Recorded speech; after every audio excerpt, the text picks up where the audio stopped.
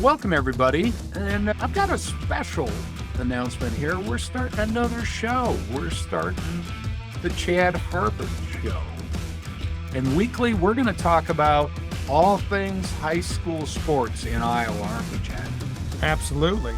And why don't you tell the audience a little bit about yourself, and then we'll dive into what we're going to talk about today. Well, first of all, thanks for letting me be on the Sports Guys Iowa Network. I love it. High school sports is a passion of mine. So a little brief history. Grew up in Grundy Center. Played sports for Grundy Center High School. Probably the most average athlete to ever go through Grundy Center High School. I was clearly a role player in whatever sport that I was in. Never a star, and that's fine. Went from there to Marshtown Junior College, where I was a sports editor of the school paper. And then on to Northern Iowa, where I was the sports editor of that school paper. Then on to Kansas City, where I became a TV sportscaster for 10 years and also worked in college athletics for a while, worked in minor league hockey for a while. Then I took about a 15, 16-year detour from all that, worked in Las Vegas as a poker manager for a while, but came back to Iowa about a year and a half ago, got right back into high school sports because really that is my number one passion. I've loved high school sports since I was in it. My dad was a star athlete here at Grundy Center, was big into high school sports his entire life. So to get back in here, to be working at the Waterloo Cedar Falls Courier and to be covering 34 different high schools from around Northeast Iowa is fantastic. A lot of travel involved, but I love going into all these different gyms, to all these different football fields, to a lot of places I've never been because back in the days, Grundy Center didn't play some of these teams. So it's really cool to get back to some of these places and see what high school sports is like now. And I still believe it's the greatest version of sports in America. And I'm not putting down pro sports or college sports. I like those too, but it's something about the name on the front of your chest being way more important than the name on the back of your jersey. I've always loved that about high school sports, especially the single school in one town sports that are representing the entire community, like a Grundy Center or a Hudson or a Gladbrook Rhinebeck that's representing two communities. I know the big schools are doing that as well in their little area of the city they're in. But just when you're going out and you're representing everybody in your town in an athletic competition, I just think that's so cool. So to come on your network, be part of it, to talk high school sports every week, I think we're going to make something special. I think we'll get a lot of coach interviews, player interviews. I think we'll bring some exciting stuff out, and hopefully people that love high school sports and love their little communities being talked about will tune into this once a week, check us out, and love it as well. Yeah, Chad, I love it. I appreciate you joining us, and it's just going to be a lot of fun. You're covering sports every day, all sports, bowling, volleyball, you name it. Any high school sport, you're covering it up in Northeast Iowa. It's going to be really exciting. So our first show, right, we're set up to talk about the girls' state tournament because last night, the final participants advanced. They seen Class 1A and 2A last night for sure. So if we want to start in 1A, which is totally fine. I was in Waverly last night, actually, where Dunkerton was playing. Dunkerton and Edgewood Colesburg were playing at Waverly Shell Rock High School, which, funny, for as long as I lived in Iowa in my youth and in back here, that's the first time in my life I've ever been to Waverly Shell Rock High School because that's a school that's 3 classes above Grundy Center and basically everything. So there was never a reason for us to go there for anything. That was a unique experience and great high school, great atmosphere. Dunkerton, for the first time in school history, has qualified for the state tournament in consecutive years. It's actually just the 3rd time that Dunkerton's ever qualified for the state tournament. And they've had some good programs over the years, just not ones that have broke through all the way to the final 8, but now they've done it 2 consecutive years. So if we look at the Class 1A bracket that's coming up for next week, you've got the 1-8 game is Bishop Garrigan and Key High. Bishop Garrigan's the number 1 seed overall, 42-2 on the season. State semifinalists last year. Bishop Garrigan's always good in girls basketball, and they're going to be hard to beat again this year. And that 4-5 game is where Dunkerton is. Linville Sully, who's undefeated at 24-0, against Dunkerton, who's 22-2. Dunkerton was, I believe, the 7 or 8 seed a year ago in their appearance, and they were a little bit overwhelmed when they got there. They got off to a really slow start in the first half. came back and made a little run in the second half, ended up losing by 11 or 12 points in the quarterfinals last year.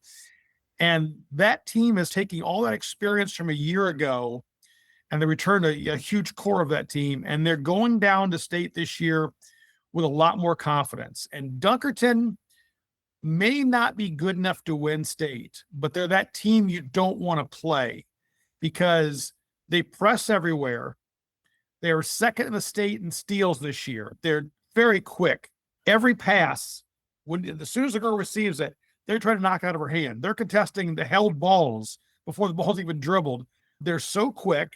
Kylie Pexa, their junior, was a state high jumper last year. She was on the volleyball team that went to state this year. She's super fast. She's at the front of that press.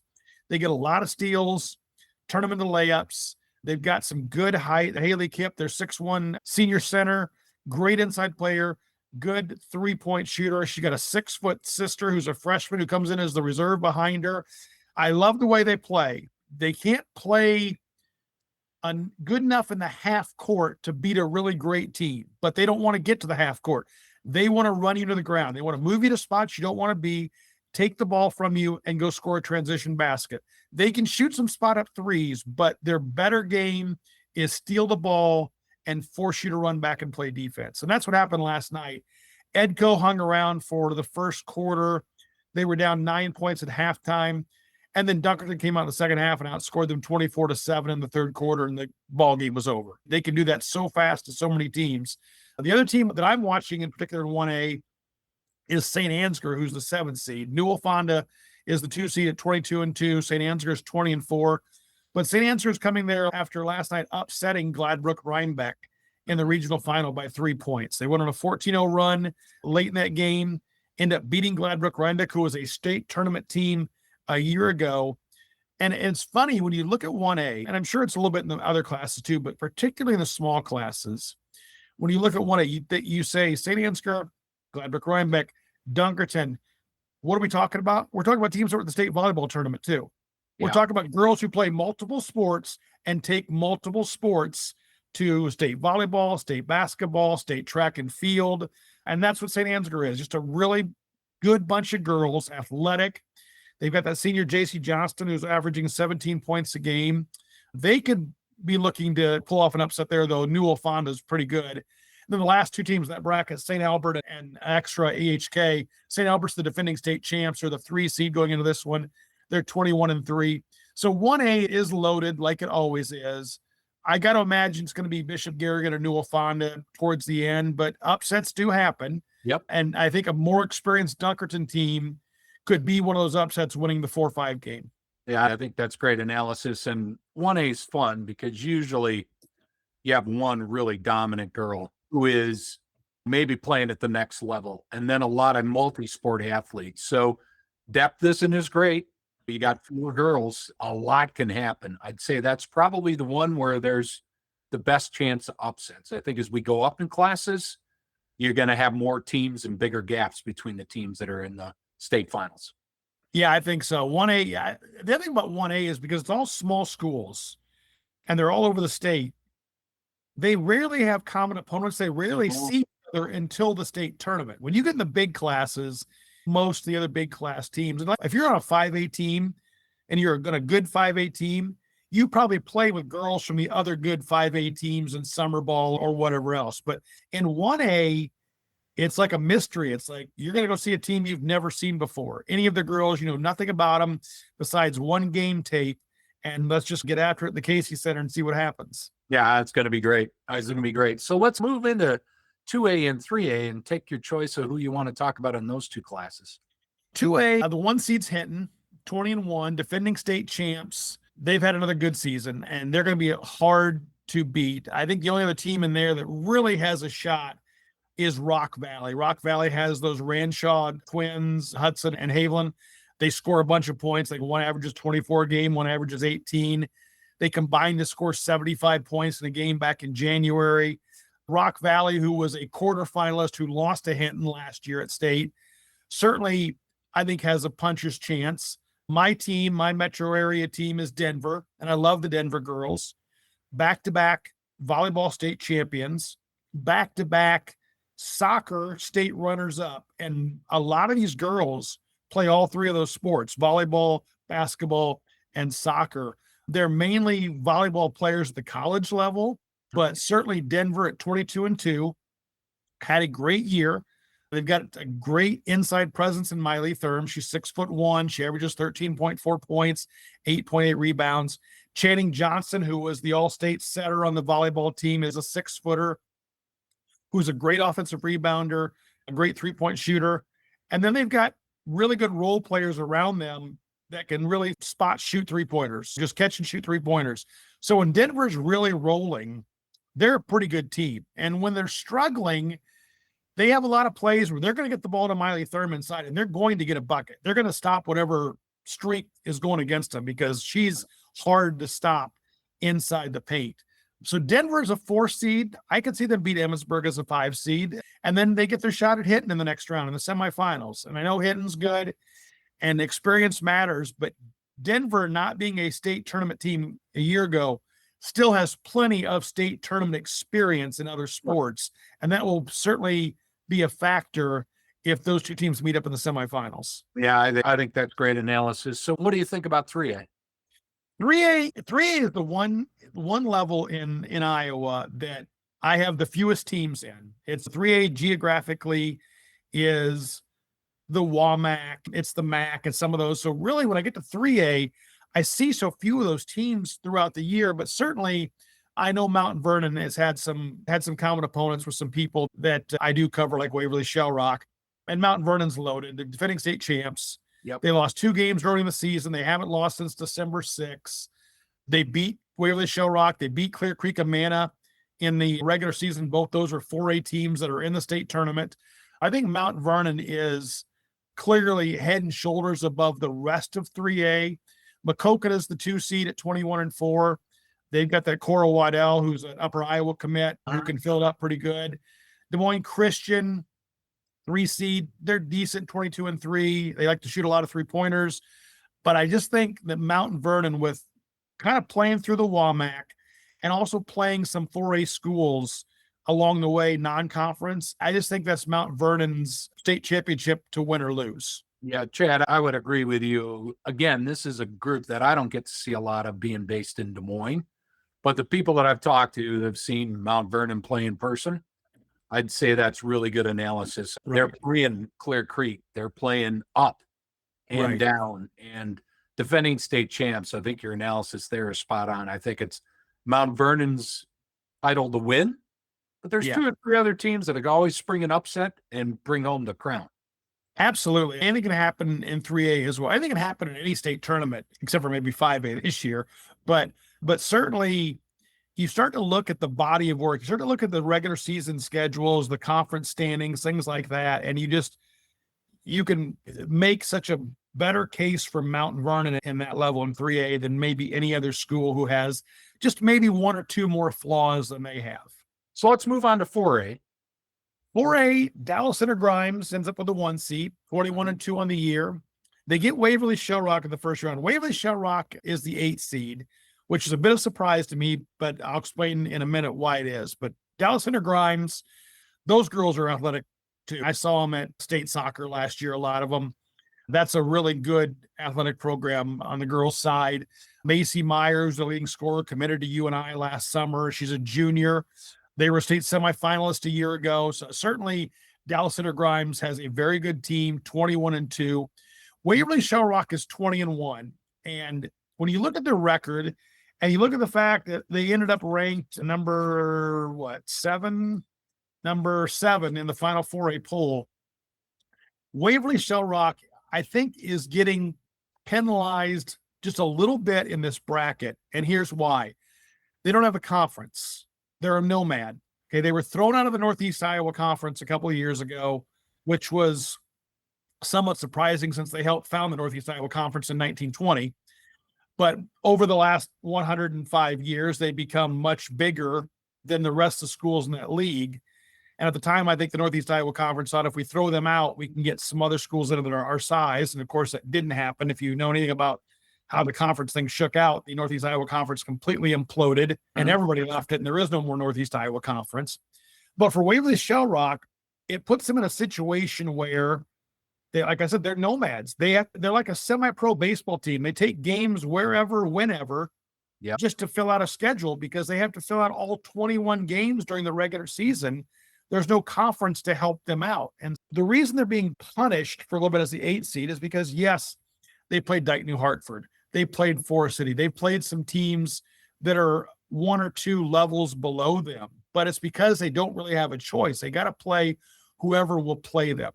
And I love this Waverly Shell Rock team. Lizzie Frazell is a fabulous player, great scorer, great 3-point shooter. She's 3rd in Class 4A in threes. I think Waverly Shell Rock, who's beat defending champion Xavier twice this year, who's beat Denver, who's beat Forest City, they could potentially pull an upset of Dallas Center Grimes.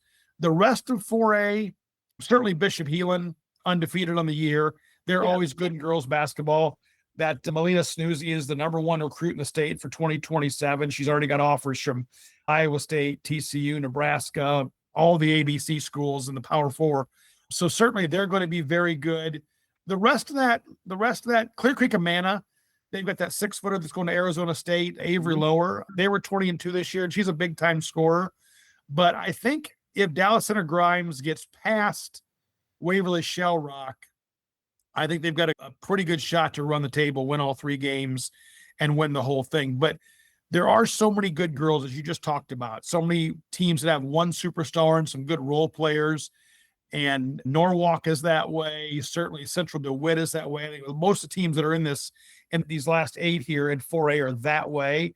If you told me, or if I found out next week that the 8 seed won the whole tournament in 4A, I wouldn't be shocked because that's how good some of these individual players are in 4A, and they could carry a team over a 3-game schedule and win a state title. Yeah, I would agree with you. When you were just talking through it, there's a lot of D1 players that you mentioned in the class for all schools, which shows you the amount of talent that's going to be in Des Moines. The one thing I'd say about Dallas Center Grimes is they've got some home cooking. That's a very proud school district here in Des Moines. I think they're going to pack whatever side of the gym they're on, which might be just that little extra to get them over the top. But I agree. Looking at it, there's a lot of teams that can win in 4A. It's going to be really interesting. It would be nice, Chad, to see people that like Waverly Shell Rock. When you're forced into a nomad situation, it would be nice to see a team like that go far because they've had to fight for every opportunity this year. I will tell you the other thing that I've noticed about suburban Des Moines girls athletics, and that's the thing that my schools up in this area have to overcome, is when you get this late into the state field in any sport, any girls sport, except for maybe volleyball because they're on separate sides of the net, but the rest of the sports where you physically play each other, the girls teams in the Des Moines suburbs are more physical than basically the rest of the teams in the state. And that's a big factor. I saw it on Tuesday when Kennedy Centennial beat Cedar Falls in Cedar Falls. It's a different level of basketball. And if you only play that once or twice a year, you're not really ready for it. And I say that because I saw Dallas Center Grimes at state soccer last year, and they were just a really physical, aggressive soccer team. And I think the schools from this area that had to play them weren't used to being at that level. And that's what a lot of those Des Moines suburb schools are, is they just play at a more intense level of competition. And if you don't step to that intensity level, you're going to get buried by it. Yeah, I think that's great. And that leads us right into 5A, which is just packed with Des Moines teams. Absolutely. You got 6 teams from the CIML and 2 from the Mississippi Valley. And we talked about this on Dr. Bowser's podcast show a couple weeks ago. I just don't see how Johnston doesn't win it all. This is a team that's won back-to-back state titles. They haven't lost since March 3rd of 2023 in a state championship game that year. They've got Jenica Lewis, who's going to Notre Dame, was a McDonald's All-American. And clearly the competition isn't going to surprise them because they've got 6 teams from the same conference in the tournament. They're undefeated, so they've beaten them all throughout the regular season. I don't know what number 2 Dowling Catholic or number 3 Waukee Northwest could do differently to get an upset in the postseason. If something catastrophic would have to happen injury-wise or foul trouble-wise or something out of the ordinary for Johnston to not win that state title. They're so good. They haven't lost a game since 2023. They have all this experience. Jenica Lewis was a sophomore and a junior on their last two state title teams. Now she's a senior leading the team. I think it's theirs for the taking. Certainly Dowling Catholic has a good team. They've got the 6'3" girl, the LA Muller girl, is going to Missouri, who's a great player. Waukee Northwest as the girl, as a Croat, the girl that has a lot of major offers, including Northern Iowa. So certainly there's some talent there. Even Cedar Rapids, Washington, coming out of the Mississippi Valley, has the 6'4" girl, the Sierra Dumbia, who's averaging 16 a game. And I saw her play in Cedar Falls a couple of weeks ago. So certainly there's some individual talent there. But I just don't think anybody has the rotational depth, has the experience level, has anything that Johnston has. And so unless something catastrophic happens or like serious foul trouble, like Dunkerton got into last night for the first quarter, that might change a game. But it would take an extraordinary effort for anybody else to win 5A over Johnston. Yeah, I would agree, Chad. I've got to see Johnston play 3-4 times in person this year. Got to see him play a really tight game against Waukee Northwest, where Waukee Northwest was actually up in the fourth quarter. But they've got another gear. And I think it's going to take Jenica Lewis having a really off game or foul trouble or something. It's also such a psychological barrier to overcome, I think, for a lot of these teams. Northwest kind of in the game, they pull away late. I saw the same against Dowling. It seems like they've got an extra gear. So this would be, if they didn't win it, this is the one I'd be the most shocked by. The other part of it is, and it's always a factor at state, is it's unlikely Johnston has to play its starters the full 4 quarters against Ankeny Centennial, who's not Ankeny Centennial is 12-11, and people say, oh, they're 12-11 and they're in the tournament. But 6 of those losses are to the top 3 teams of the state. And they beat number 4 Cedar Falls to get there. So they're not a bad team, but it's unlikely Johnston has to play their starters the full 32 minutes in the first round. Whereas in a 4-5 game or a 3-6 game, it's more likely your starters go the distance. They're also going to get some additional rest. Not that high school kids need the same amount of rest as maybe a college or a pro athlete, but certainly it helps. I think Johnston will get some rest in the first round at some point, maybe a quarter, maybe even just 6 minutes, but they'll get some rest that other teams don't get. And that becomes a factor as you go forward in the bracket.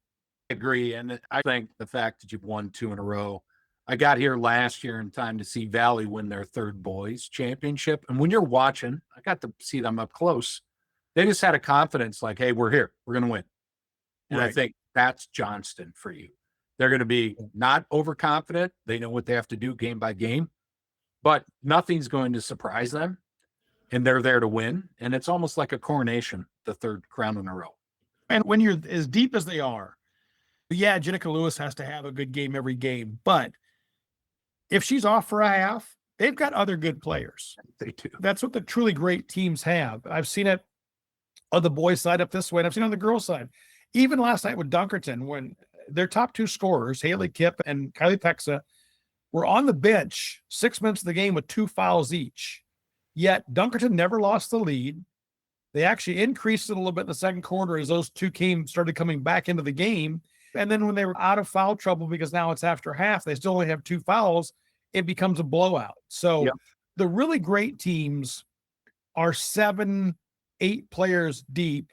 And the drop off between that 6, 7, and 8, those first 3 kids off the bench, is not much over the 3, 4, and 5 starter who's going to the bench. And that's the difference between good teams and great teams, is you don't lose much when those 2 or 3 bench players come in over the 3 starters. Yeah. Chad, I think that's great. I assume you're going to be at the state tournament for girls. I will be. I don't know when yet, but I do have 5 teams there. I've got Waverly Shell Rock and Dunkerton and St. Ansgar and Forest City. And I've got 5 teams down there. I'll be down there as long as somebody's still alive. Last year I had 2 teams and we lost them both on day 1. So yeah, I'm looking forward to getting down there and seeing these girls teams play. Always loved girls basketball, even back in the 6-on-6 days. I think it's a fun watch. And now that the state is producing so many high quality players, more than it ever has, not only Division I, but the girls that are going to the ARC, or they're going down to the schools in northern Missouri. So many great individual girls basketball players. It's really a fun watch. Yeah, we talk about it on some podcasts. The portal has really changed men's college basketball, where it's very difficult for college freshmen to get any kind of offer now. It's all gone downhill. I think the average Big Ten team offers less than 2 freshmen a year. But girls and women's basketball, still many players are getting up to the next level. Still a lot of D1 offers as freshmen. It's amazing the number that come out per capita from Iowa. It's got to be one of the highest. It does. If you look at Iowa State, UNI and Drake's rosters, they just really recruit the state hard. And in this cycle in particular, Iowa's lost 2 kids they wanted, one to Notre Dame, one to Missouri. So you can see how the caliber of play in the state's got even better, to where there was a time when Iowa or Iowa State would lock down the best players in the state. Now other teams, other programs, other big time programs are coming into here and taking some players out. See, that just tells you how good our girls basketball has really gotten. Yeah, Chad, a lot of people in this state don't realize that Dort out on the western side of the state is going for their 3rd NAIA women's title in a row. Yeah. They're led by some incredible Iowa players. You look at NAIA D2, D3 in the state, they're just packed with Iowa girls who are now Iowa women who are excelling at the next level. Yeah, the basketball has never been better. It's such a fun watch. Last year, when I was down there for the boys, was the first time I saw what was then what the Wells Fargo. That's the Casey Center, because I didn't get the girls from. I got to the boys. Great facility. I still miss the old vet. I love Veterans Auditorium.